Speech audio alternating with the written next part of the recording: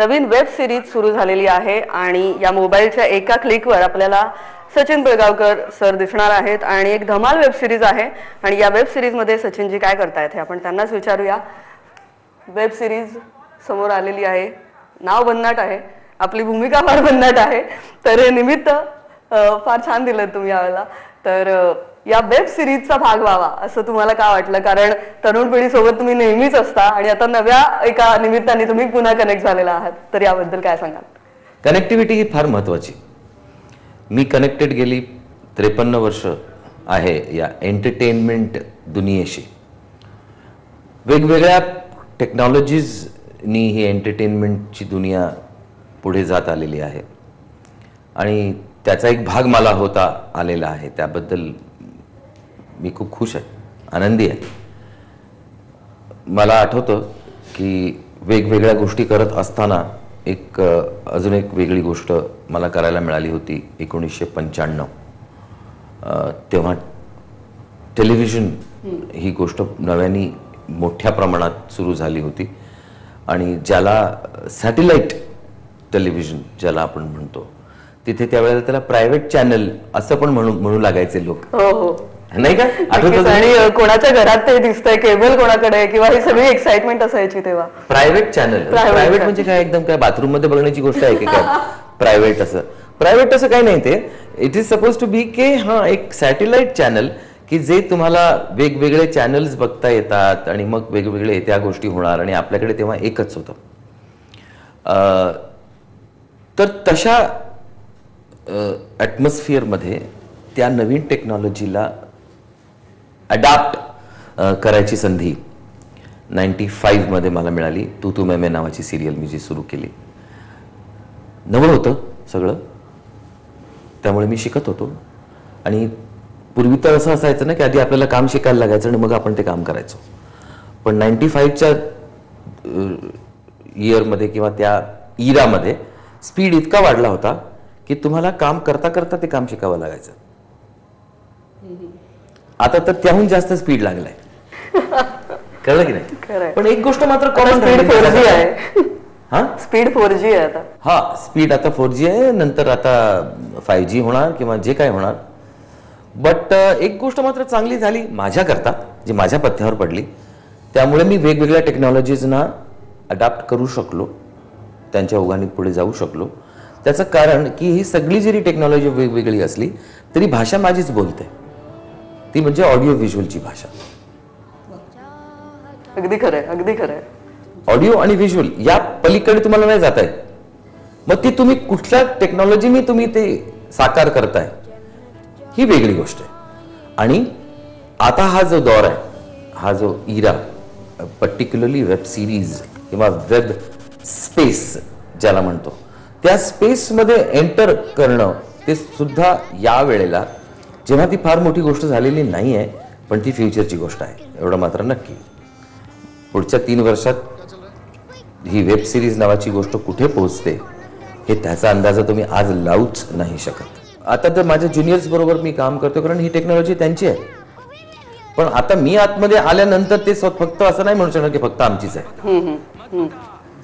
नक्कीच, हे फक्त युवा पिढीसाठी मर्यादित नाहीये, अर्थात सगळ्यांसाठीच आहे आणि सगळ्यांच्या हातात आहे, मोबाईल मध्ये आहे, त्याच्यामुळे जास्त खरं तर आपण कनेक्ट होतो। त्यांच्या कनेक्टिव्हिटी आणि त्यांच्या कन्व्हिनियन्स प्रमाणे त्यांची कनेक्टिव्हिटी होते।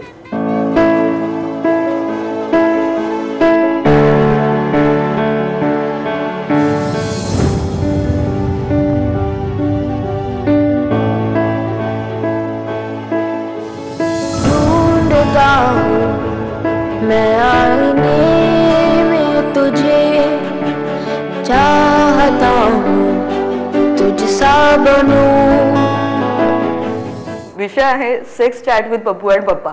नाव पाहिलं की जरा असं प्रेक्षक आता हे काय बघायला मिळणार आहे असं वाटतं, पण अर्थात त्याच्यात एक वेगळंच एक शिक्षण आहे खरं तर, एक it's a sex education for children. Exactly. आणि त्याचबरोबर असं आहे की आज एक टॅबू बनवून ठेवलेला ना, सेक्स विषयी आपण आपल्या फॅमिलीशी बोलत नाही, समाजात तर बोलतच नाही, पण फॅमिलीशी सुद्धा बोलताना आपल्याला 10 वेळा विचार करावा लागतो। आणि आपल्या मुलांची आपण सेक्स बद्दल बोलायचं, अरे बापरे, किंवा मुलं पण अशी घाबरलेली असतात की आपल्या आई वडिलांबरोबर आपण सेक्स बद्दल डिस्कस कसं करायचं। पण हा आईस कुठेतरी ब्रेक झाला पाहिजे, तर त्यामुळे मला असं वाटतं हे सेक्स एज्युकेशन जे आहे ते महत्वाचं असल्यामुळे सेक्स चॅट विथ पप्पू और पापा हा जो आशिष पाटीलनी सब्जेक्ट निवडलाय तो सब्जेक्टच आउट ऑफ द बॉक्स आहे. आणि दुसरी गोष्ट म्हणजे टू अवॉइड बिंग वल्गर, म्हणजे वल्गॅरिटी तुम्ही अवॉइड करता जेव्हा तुमचा सब्जेक्टच बिलो द बेल्ट आहे. ही खूप डिफिकल्ट गोष्ट आहे, अशक्य कोटीतली गोष्ट आहे. आणि तरी सुद्धा त्यांनी ते सिद्ध करून दाखवलं. 5 एपिसोड शूट केले. चश्मों में तेरे जन्नत जहां ये लगे, कांधे चढ़ूं तो उड़ने लगूं. जेव्हा असा विषय समोर येतो आणि जेव्हा डिजिटल माध्यमातून समोर येतो तेव्हा खरं तर सेन्सॉरची कुठलीच मर्यादा नाहीये. आणि अशा वेळी मोकळीक जास्त मिळते. हा एक मोठा फायदा आहे. त्याच्यामुळे कुठेतरी तुम्हाला या डिजिटल माध्यमाचे फायदे जे वेगळेही आहेत, खूप जे टेलिव्हिजन किंवा सिनेमाच्या त्या मर्यादा मोडून पुढे जातं हे माध्यम. तर याविषयी काय वाटतं? नाही करेक्ट आहे. पण मला तरी असं वाटतं की ज्या प्रकारे हे सगळे एपिसोड्स बनलेत या सिरीजचे, हे जर फिल्म सेन्सरना पण तुम्ही जर दाखवलेत तर ते त्याच्यात कुठल्याही गोष्टीवरती ऑब्जेक्शन घेऊ शकत नाहीये. एवढं मी एक senior member of the entertainment industry म्हणून ती मर्यादा ओलांडलेली नाहीये. ती मर्यादा ओलांडली गेली नाहीये. आणि वेब सिरीज बनवताना पण मला लोकांना सुद्धा हे सांगावं असं वाटतं की ह्याचा फायदा तर आहेच. सेन्सर तुमच्याकडे नाही आहे या वेब सिरीज करता, हा फायदा आहे. पण ह्याचा गैरफायदा घेऊ नका. कारण शेवटी लोकांपर्यंत पोहोचणं हे तुम्हाला शिव्या देऊनच तुम्हाला पोहोचता येतं असं नाही, असं मला वाटतं. आणि तुम्हाला वेगळं काहीतरी करायचं आहे म्हणून तुम्ही अशा गलिच्छ प्रकारच्या शिव्या, मग त्या हिंदीत असो किंवा इंग्रजीमध्ये असो, त्या देऊ शकता तुम्ही. आणि देताना तुम्ही लोकांना असं दाखवता की अरे आम्ही शिव्या देतो म्हणजे आम्ही वेगळे आहेत, असं नाही हो. Entertainment is entertainment. एंटरटेनमेंटला स्वतःची एक मर्यादा आहे, स्वतःचा एक दर्जा आहे. तो दर्जा घालवू नका, जरी तुम्ही वेब सिरीज करत असाल आणि जरी त्याच्यात सेन्सर नसलं तरीही. नक्कीच. आणि त्यामुळे खालच्या पातळीवर जाऊ नये असं एक गरजच नाही. मराठीत पण अनेक वेब शो सुरू झालेले आहेत. एक वेगळंच उदाहरण आलेलं आहे. सगळ्यांना वाटतंय की वेब शो करावा, पण प्रत्येकाला रिच आउट होणं शक्य आहे असं नाही. कारण कुठेतरी प्रत्येक वेब शो ग्रेट होत नाही. काही विषय असतात त्याचीही वेगळी टेक्नॉलॉजी आहे. जसं आज वायरएफ सारखा अत्यंत मोठा बॅनर जेव्हा समोर येतो तेव्हा तांत्रिकदृष्ट्याही तितकाच सक्षम आहे आणि मग विषयही तितकाच स्ट्रॉंग आहे. तुम्हाला काय वाटतं की प्रत्येक वेब शो मागेही एक वेगळी मोठी मेहनत असते? कदाचित हे आता तरुण पिढीला तेवढं माहितीये नाही माहितीये, तसंही आहे. तुम्ही स्वतः आता त्याचा भाग आहात, तर त्याच्यामुळे काय? नाही, वेब सिरीज मध्ये एक गोष्ट मात्र डेफिनेटली आहे की आता कुठलीही अशा प्रकारची गोष्ट तुम्हाला जर बनवायची असेल आणि तुम्हाला ती जर क्वालिटीमध्ये ती सांभाळून बनवायची असेल तर तुम्हाला खर्च हा करावाच लागतो. आणि आत्ताच्या सिच्युएशनमध्ये वेब सिरीजवरनं रेव्हेन्यू जनरेशनची जी गोष्ट आहे ती आपल्या हातात नाही. त्यामुळे लॉस शिवाय दुसरं काहीच समोर येऊ शकत नाही. प्रॉफिट जर असेल तर ते काय, तर लोकांची प्रतिक्रिया, लोकांची व्ह्यूअरशिप, लोकांचा अवेअरनेस, हे प्रॉफिट.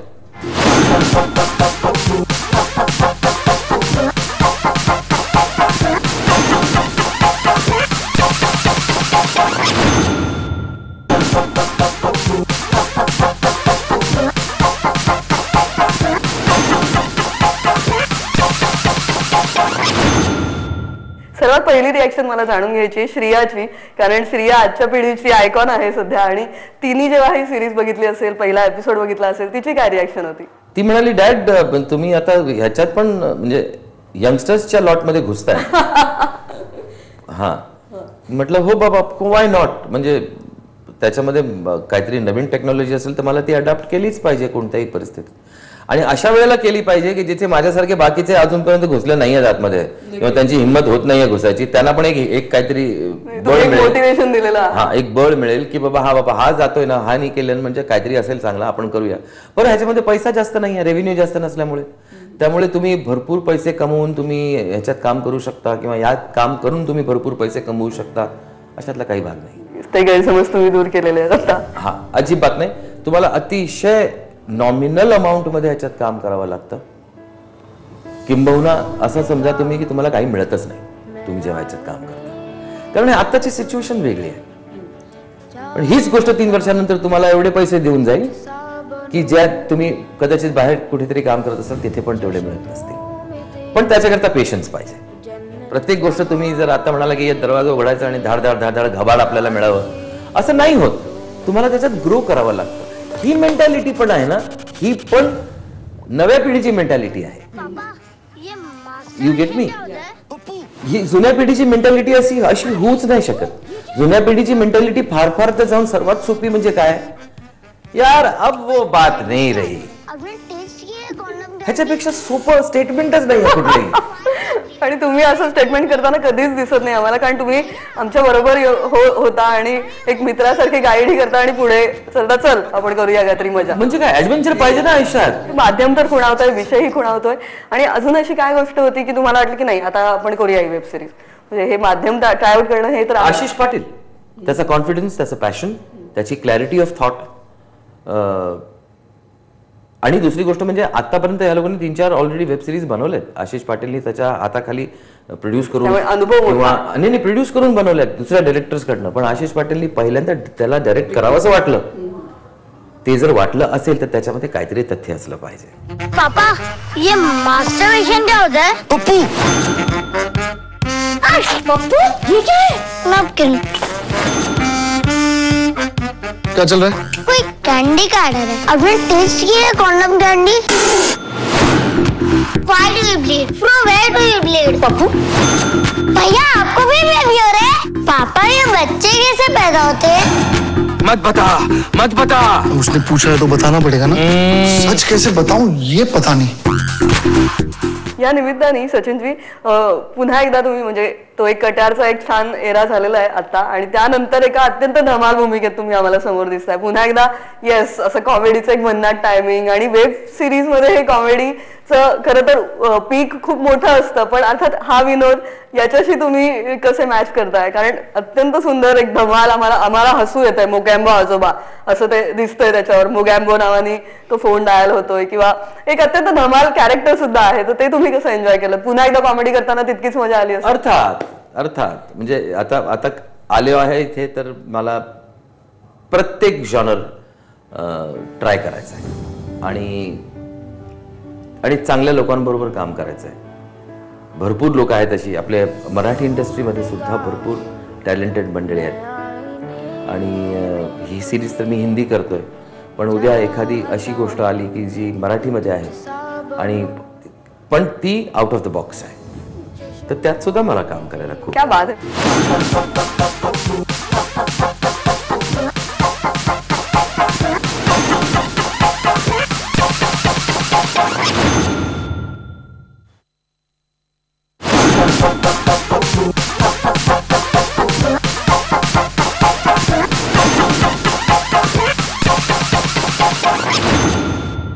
क्या बात आहे. वेब सिरीज वर आता आम्हाला असं या एका मोबाईल मध्ये एक क्लिक मारली की आता तू अजून थांब, अजून नवीन टेक्नॉलॉजीज येत आहेत, त्या सुद्धा मला अडॅप्ट करायच्या आहेत. क्या बात आहे सर.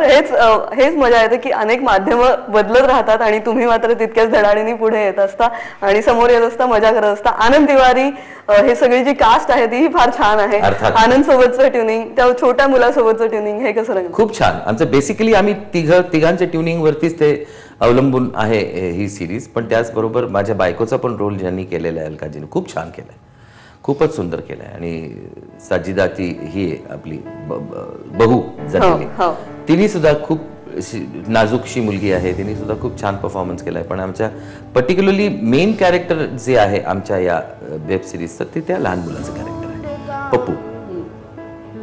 त्याच्याच एज्युकेशनसाठी, त्याच्याच माहितीसाठी हे सगळा हा बेत जो आहे तो आखला गेलेला आहे. आणि त्यांनी सुद्धा अतिशय सुंदर काम केलंय. फार इनोसंट पोरगा आहे तो.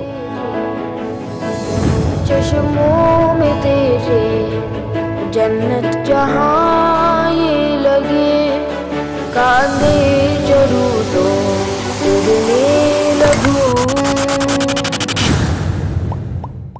आता आत्ताचे बालकलाकार कसे वाटतात तुम्हाला? कारण हा विषय खरं तर फार धाडसी आहे आणि असे शब्द जे आपला पप्पू बोलतोय त्या वेब सिरीज मध्ये, हे खरं तर त्याला एक वेगळं एज्युकेशन त्या आधी दिलं असेल आणि मग तो हे सगळं बोलतोय असंही वाटतंय. नाही, तसं काही नाही, तसं नाहीये. त्याला फक्त एपिसोड्स समजवले गेले आणि त्याचा अर्थ काय तो समजवला गेला. बाकी त्याला ही त्याची भूमिका नक्कीच टफ होती. त्याला ही सूट त्याच्या आईवडिलांनी सुद्धा दिलेली आहे की तुला हे जेव्हा समजायचं असेल तेव्हा तू समज. तुला आत्तापासून समजलंच पाहिजे असं काय नाही, पण जर काही समजत असल्या गोष्टी तर त्या लक्षात ठेव, पुढे जाऊन कामी येते. अब समझो कि ये जो USB कॉर्ड है ना, ये मेरा मेल ऑर्गन है. इतना पतला?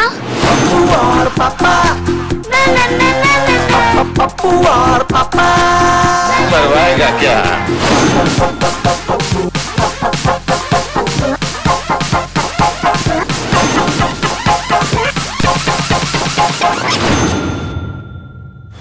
कॉन्डम?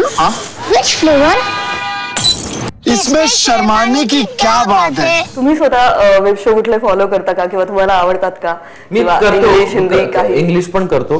आता सध्या म्हणजे नेटफ्लिक्स वरती आलेले हे सगळे जे टेलिव्हिजन सिरियल्स आहेत, टेलिव्हिजन चॅनल्स वरती आजकाल येत नाहीत, त्या आता वेब सिरीज म्हणून येतात आणि मोठमोठे हॉलिवूडचे ऍक्टर्स इन्क्लुडिंग केविन स्पेसी त्यांच्या त्या वेब सिरीजमध्ये काम करतात आणि जगभर ते प्रसिद्ध होतं. तिकडून आपल्याही कलाकारांनी असं काही घ्यावं असं वाटतं का? सुरुवात केलेलीच आहे. 3 वर्ष थांब बघ काय होतं. सगळे मोठमोठे कलावंत टेलिव्हिजन मध्ये काम नाही करणार, पण वेब सिरीज मध्ये करणार. क्या बात आहे. नक्कीच एक वेगळा उत्साह आणि एक वेगळं उदाहरण तुम्ही आणलेलं आहेत आणि या निमित्ताने सेक्स चॅट विथ पप्पू और पप्पा असं नाव असलं शो आम्ही बघणारच आहोत, प्रश्नच नाही. या सगळ्या प्रोजेक्टसाठी मनापासून शुभेच्छा आणि तुम्ही पुन्हा अनेक नव्या वेब शो मधून सुद्धा आम्हाला दिसतील यासाठी आम्ही शुभेच्छा देतो. Thank you so much. थँक्यू.